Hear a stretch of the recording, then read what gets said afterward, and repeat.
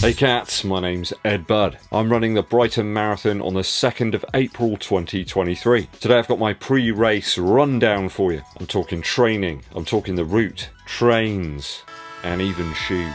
Let's get to my Brighton 2023 race rundown.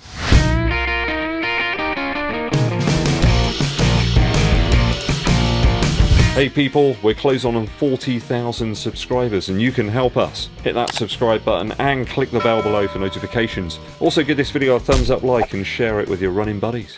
Dankeschön. So I've almost made it to the start line of the Brighton 2023 marathon. Only a few miles on the train, my journey between Yeovil and Brighton itself, and that 9:45 AM kickoff come Sunday. Shouldn't take too long. I like going on trains, quite relaxing, quite chilled out.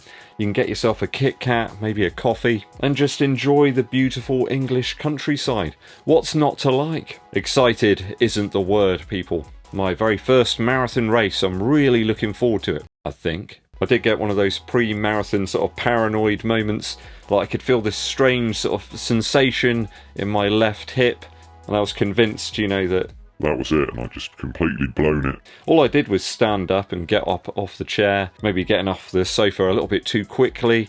But, you know, when you're in your 40s, that type of thing happens on a daily basis. So, how's the training going since December 2022 when I first decided to do this thing? Well, in a word, it's been inconsistent, people. I've struggled with illness over the last few months. I had a dreadful chesty cough, which led me to the doctors and some antibiotics at one point. I just couldn't shift it. It was one of these things where you just can't really get rid of it, and then when you think you have, it comes back again. That did leave me with a couple of weeks of lower mileage on my training block. I think I had to take like 2 weeks out practically just to sort of try and get better and let the antibiotics do their work. Fortunately, those 2 weeks weren't together, so I didn't miss out too much really, but thankfully that all seems to be behind me now. At this point, gotta say I'm feeling really good. The legs feel strong, the lungs and chest back to normal really. The legs are raring to go. I did some very easy miles earlier with a few strides and it was good. Running fast, you know, when you're tapering,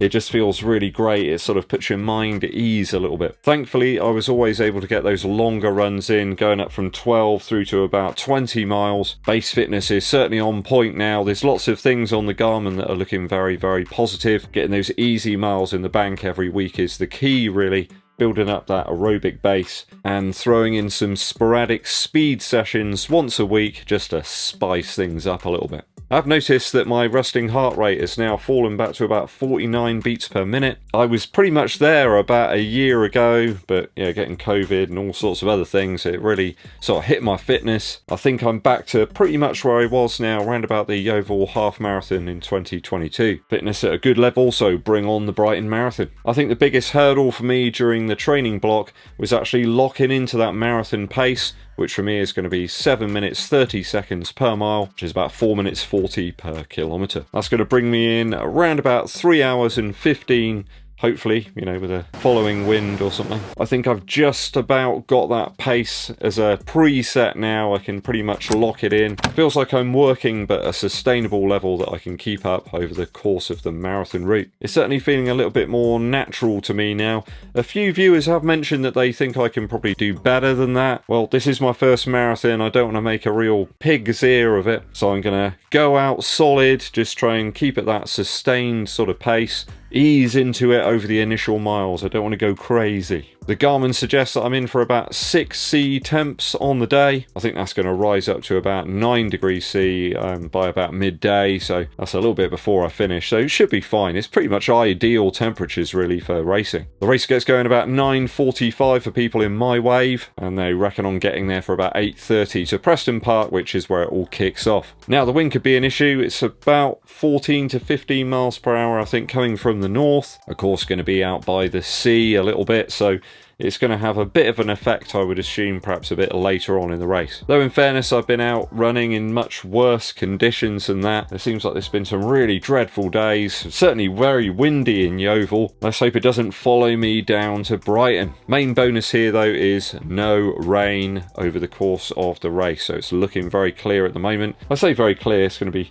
slate grey skies with a little bit of sunshine poking through, so it does probably mean I can dig out the sun god sunglasses once again. They can get another outing. It's been too long, old friends, too long. I am in the red wave, which appears to be anyone that's aiming to finish sub 3 hours 30. I am though going to leave it up to the morning of the race before deciding upon the ultimate kit that I'm going to use. At present, going to go with the race vest and the Nike arm sleeves. I'm going to go with the Nike AeroSwift half tights. I got loads of pairs of those, so those are ideal. Never give me any sort of chafing issues. You know what I'm talking about. And my now favourite Adidas cushion socks. They just add 1 or 2 millimeters of extra cushion there underfoot, which I think by about mile 25 I'll probably be quite pleased to have. You do receive a kit bag through the post with the Brighton Marathon. It's large enough to stick another pair of shoes in there, and maybe a change of clothes, another t-shirt or a top or something. I think the shoes will be the most important thing come the end of the race. I'll probably want to take off the ones that I'm wearing and probably put on something that's just different. Just a different pair of shoes. I think that'll be really, really pleasurable. Something I can wear to go and buy some pizza and a beer. That's what I'm going to want at the end of that. Absolutely. So fueling on the day before, I'll aim to have some pasta, maybe some spaghetti-based stuff, a bolognese or a carbonara or something along those lines. It's the sort of stuff I normally eat, so I'm going to stick with that, really. Yeah, Mr. Spontaneous doesn't do well in a marathon. Early in the morning, porridge is always the answer, and I think that's what I'm going to go for. It's what I typically would eat before a race, and that always seems to do the trick. And it's the sort of easy thing you can make in your guest house or your hotel, isn't it? All you need is a kettle and a pot.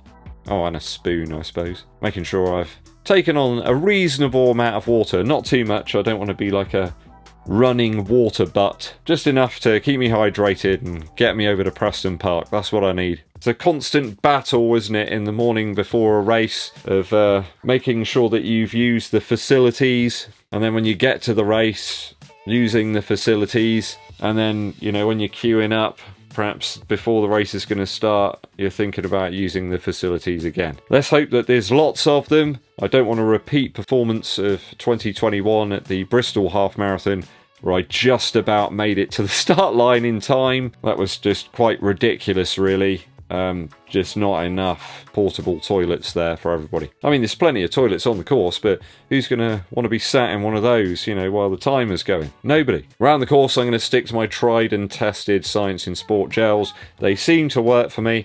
I quite like the fact that they're quite a liquidy gel, really. They're quite viscous. I'm probably going to use one of those around about 4.5 miles, then 9 miles, and so on every sort of 4.5 miles. I think that's probably going to do the trick for me. I burn them off pretty quick. I've got a very fast metabolism. That will be just enough to keep me rolling through to the end of the course.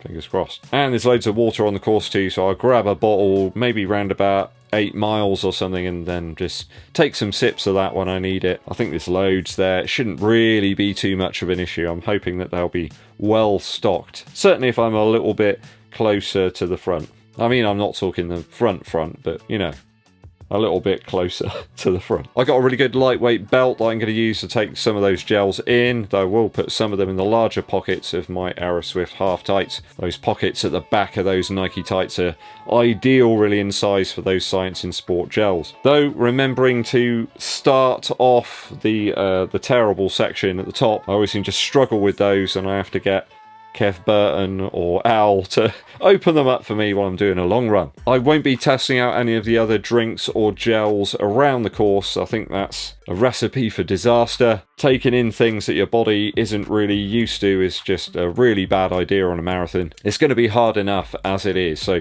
trying to keep the variables very controllable, or at least as controllable as I can. You know, I've put in loads of work over the last 3 months. I don't want to just throw it away by trying some new gel or something. One other piece of kit I'm absolutely going to take with me, which may confuse a few people and sort of dumbfound some of my viewers. They may say, Ed, why are you doing that? I am going to take some earbuds with me. I think over 3 hours 15, I'm going to need some additional musical motivation. I know there's lots of things around the course and people sort of cheering and shouting and all that, but I work best when I'm really calm and sort of listening to some tunes. I can zone out, just keep up my pace, take a few other variables out, you know, and just sort of tunnel in a little bit on what I want to do. So some of you may be dismayed about that, but headphones are allowed on the course, as far as I'm aware at least. I got Mrs. EDDBUD to check it out and she said that it looks like you can. It's just going to keep me focused and interested across the time and give me a good distraction as well if I've got any issues or slight pains or anything like that. The music will just take that away. I will have a considerable playlist and I'll probably put that up on the community section of the channel in the next few days. So if you want to check it out and see what sort of tunes I'll be listening to, you can. Shoe-wise, well, it's down to about 3 pairs. I think I've done quite well actually to narrow it down to that. The ADIOS ADIOS Pro 2 in the Berlin colourway here. Now you remember that this shoe is the one I was wearing when I got appended by that dog lead some time back. I've got to be honest, this shoe feels like absolute dynamite on foot, especially at that sort of 7 minutes 30 pace that I want to lock into.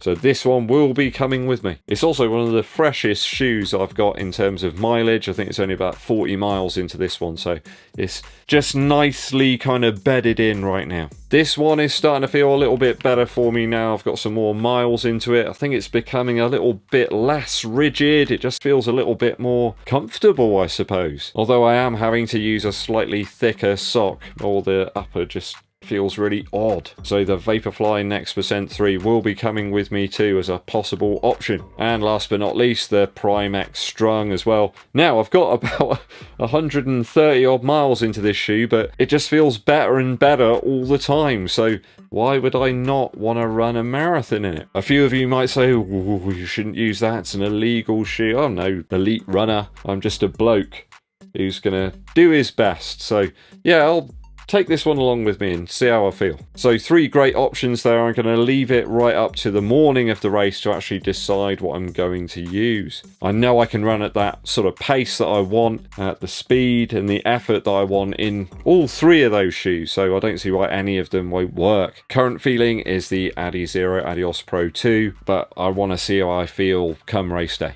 In terms of the course itself, it does look as if this is a slight departure to previous versions of the race. I think they've removed a few little sections here or there where perhaps it was a little bit quiet. I've got to say, it doesn't really look all that hilly, especially considering where I live, which is just basically a big hill everywhere. So I'm not too worried about any particular sections of the course. It's just going to be trying to keep it nice and consistent across all of the miles. And I haven't got an awfully long distance to get back to the hotel after I've actually finished the race, so I can kind of get freshened up and then enjoy myself a little bit. Are you racing the Brighton Marathon this weekend, or perhaps another big race somewhere else? Have you got one in the coming weeks? Let me and the runners know down in the comments. If you are at Brighton, give me a shout. You might have to be quite loud though, wave your arms around or something. I'll be having a party with Angus and Malcolm through the race route. Musical interlude time. Today we're talking fun and exciting guitar-driven pop. Back in 1998, Ash were a fantastic group. I think they were a 4-piece around that time. I think they had an extra guitar player perhaps. But one of my favourites from around that period was a track called Burn Baby Burn. Punishing drums on this one and some fantastic guitars. Some real guts to them, some real depth. Really great bass sounds as well. I think the bass player used to use a Thunderbird bass.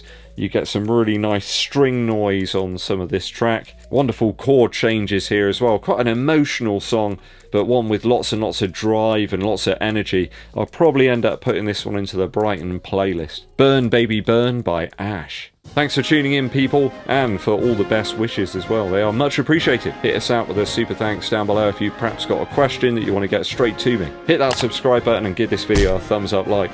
My name's EDDBUD, and I'll be seeing you